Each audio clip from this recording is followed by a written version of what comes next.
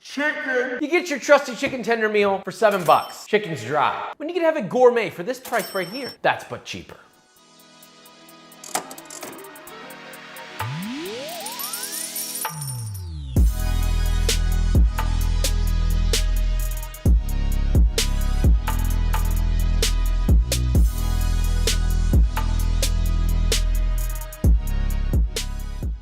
Chicken tender meals have seemed to become a staple. I respect that. Honestly, I do. Kind of boring. You get your fried chicken, fries, which oftentimes are soggy, and almost always disappointing coleslaw that isn't just bad, but it's like lukewarm. You know what happens to lukewarm mayo? Runny. You expect it to cling to the cabbage, but instead when you put it in your mouth, it just kind of drains into the back of your throat. Already, this is a very cheap meal. Not only are we gonna slash the price, but we're gonna make it the ideal meal that it should have been at the same time, while keeping your wallet safe. So with all that being said, let's make this, shall we? Look, the best way to save money is to use what you already have. So although I always recommend making your own spice mix, unfortunately the number of spices I would use here would make this, well, $2 to $3 over what I want this to cost for you. So we went out and found a chicken seasoning that we thought tasted decent for about $2.78. And we're only gonna use some of it. Just make sure it has salt, and if it doesn't, well, salt it, please. Fried chicken without generous salt is like earth with no oxygen. First, let's talk chicken. Get yourself 4 boneless and skinless chicken breasts. Lightly pound them to flatten them and widen them slightly. Cut them into 6 strips each. That leaves you with 24 strips total, which comes out to about 8 servings, depending on how much you eat. And these are hefty boys after frying. Separately, mix together 2 cups or 475 milliliters of buttermilk and add 2 tablespoons or 22 grams of whichever chicken spice you have on hand. If it has salt, perfect. If it does not have salt, then add about 1 tablespoon or 14 grams of kosher salt along with that. Mix together, add your chicken strips, and let them marinate for at least 20 minutes in the fridge, but ideally overnight. Then go ahead and make your dredge by combining 3 cups or 450 grams of all-purpose flour, 3.5 tablespoons or 40 grams of your chicken spice. Again, if it doesn't have salt, then add about 1.5 tablespoons or 23 grams of kosher salt in this. Whisk together, and there you go. Start heating up a 7-quart pot filled with about 3 quarts of vegetable oil to 350 Fahrenheit. Now, while that's going, instead of doing a little twirl around the kitchen, we're gonna make our slaw. In a medium-sized bowl, slang in 1/4 cup or 52 grams of mayonnaise,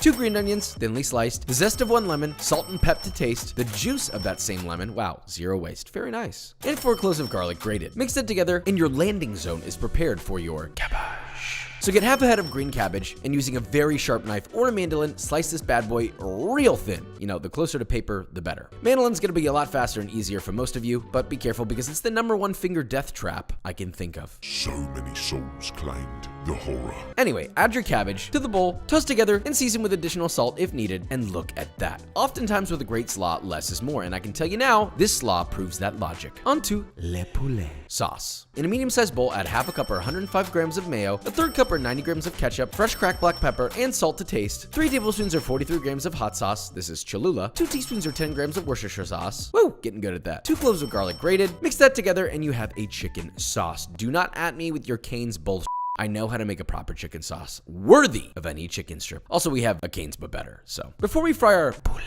let's prep our fries. These are curly fries that are sort of like Arby's in the sense that they're lightly battered. Some say it's a no-no, but I don't really care because it's delicious. Now, you'll need 5 medium russet potatoes. No need to peel them. I do want to point out that you do not need to make these curly for this to work. You can make it into matchsticks. Please relax. But if you have a spiralizer, that is how you'll make them curly, by using the curly fry attachment that comes with it, assuming you have one. So pop that bad boy on, let it rip, get all your goddamn curly boys. Then place all your processed potatoes in a bowl, cover with warm water, season the water generously with salt, and let it sit for about 15 to 20 minutes. Drain your potatoes, dry them as much as possible with towels or paper towels. Toss the fries lightly with just a tiny pinch of all-purpose flour, and then in a separate large bowl, add in 1 cup of your dredge that you made earlier, plus 1 tablespoon or 7 grams of paprika, fresh cracked black pepper, whisk together, then whisk in 1.5 cups or 350 milliliters of water, and now we're ready to get cooking. First, your chicken. In batches, pull your chicken from the marinade, toss in your remaining 2 cups of dredge, shake off the excess, dip back into the marinade, and dredge one last time, really pack it on the flour so it adheres. Okay? If you're double dredging and you have undredged parts of your chicken, let me tell you, I will ding dong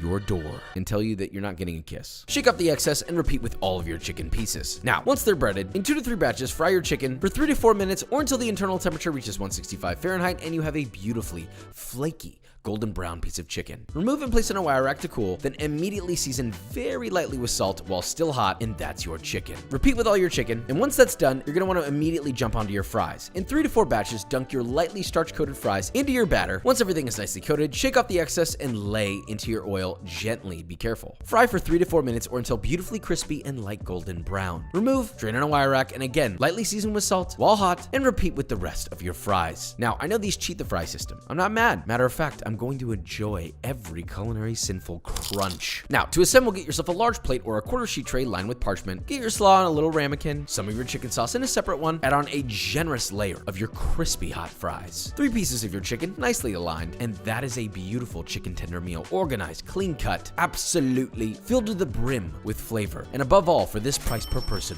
right here. Now let's taste test this and see if your tenders are a #1 contender. Wow, here we are. Before we even start, listen. We've been seeing some people. Josh, there's no way that costs that much. It cost me $25 to go get all this stuff. If you had to buy everything, yes. But the thing is, you buy a 5-pound bag of flour. Did you use that entire thing of flour? No, you can still use it again. You're only using a small portion. You can make this recipe probably multiple times. The point is to maximize flavor with technique, using as little inexpensive ingredients as possible, and that's what we do. Right, first thing first, slaw. Oftentimes, the simplicity of this actually makes this better. Look at this. Can we get a sound test? Good God. The flavor of this is immaculate, and I honestly didn't expect it to turn out so good. I oftentimes want to add a ton of ingredients to stuff, and it's just not necessary. Oh, I didn't try these. Whoever said you shouldn't batter your fries should shut up. Is he goated with the sauce? You can have the instant gratification of going to your favorite chicken shop, the freshness of getting this chicken, and having the ultimate control for this price right here per serving. Still, it doesn't get any better than that. It just doesn't. And you could say you made it. You have a bad day, go achieve something. You wanna know what else tickles my tendies? B-roll.